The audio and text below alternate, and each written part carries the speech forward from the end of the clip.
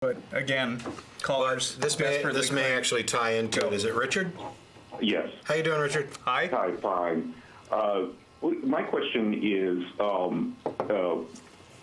religious people have always quoted the Bible and said, homosexuality has gone against God, and they quote Leviticus and all that other nonsense. My question to you is, what atheists that you've encountered who are homophobic, what is their rationale for being homophobic? Do you know any? I think I may know one atheist who's a bit homophobic, and I don't know that there's any rationale for it at all. I actually, this is an issue where I came a long way, coming from a background where I used to believe that this is an abomination. God said so. I think kind of playing off of what I mentioned earlier, talking about our own natural reactions. I've been, for years now, an advocate of equal rights for everybody, regardless of sexual orientation, etc. But for a while, there was the ick factor, and it was a double standard too, where if you see like two females kissing, it's fine, and if I saw two guys kissing, it was like, ooh.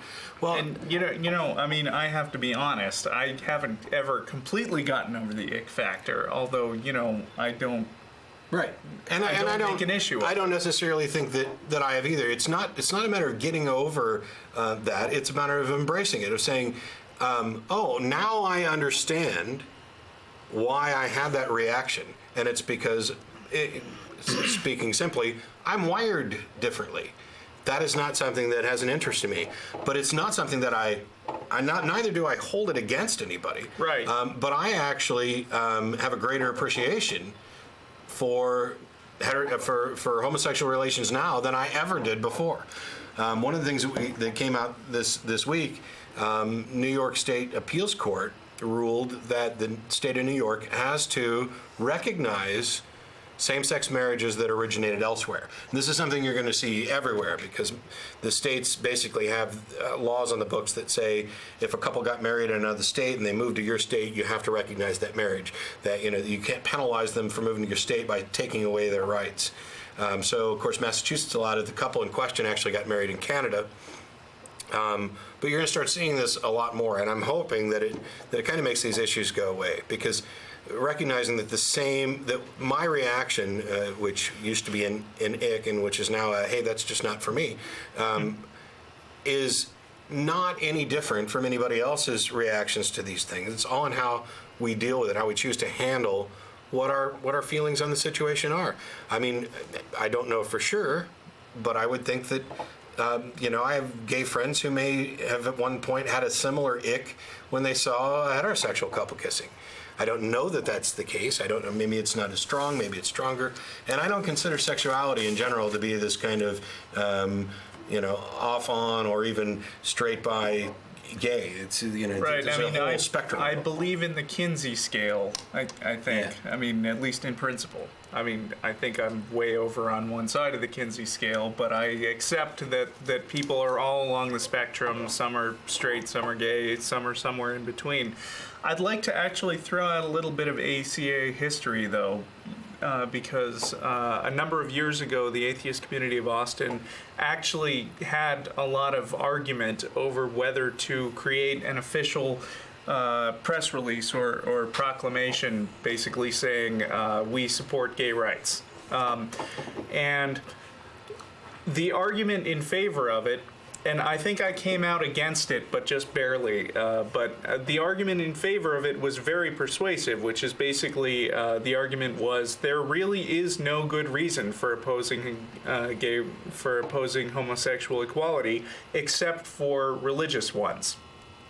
And therefore, it's completely in line for the Atheist Community of Austin to be announcing that we have an official position that it's okay to be gay.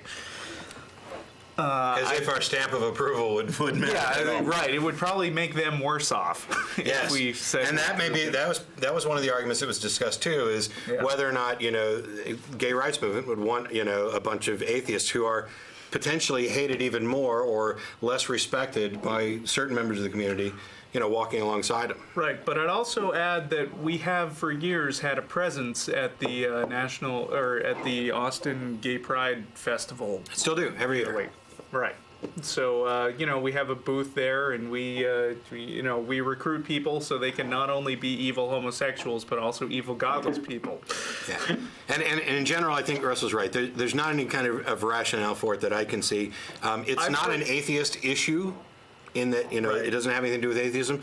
But as he pointed out, I think there are religious aspects to it. Mainly, my purpose for supporting all this is in part because I have friends who are gay, because I recognize that this is something that I'd like to support, equality overall. Right. Because if I don't stand up for the rights of other people, I can't protect my own.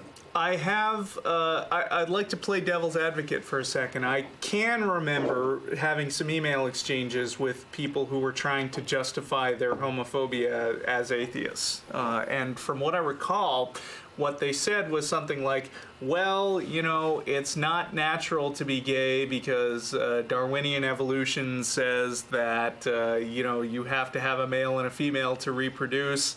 And so if everybody was gay, the species would die out. And my reaction to that was, well, we don't have a problem with having with having too many babies. Too few. Right. We don't have a problem with having too few babies right now, so what's the problem? Anyway. The argument is pretty much crap anyway. But Yeah, I think so. Okay, well, thanks a lot. I think you have a great show. Thanks, Richard. Thanks. Thanks a lot. Bye-bye.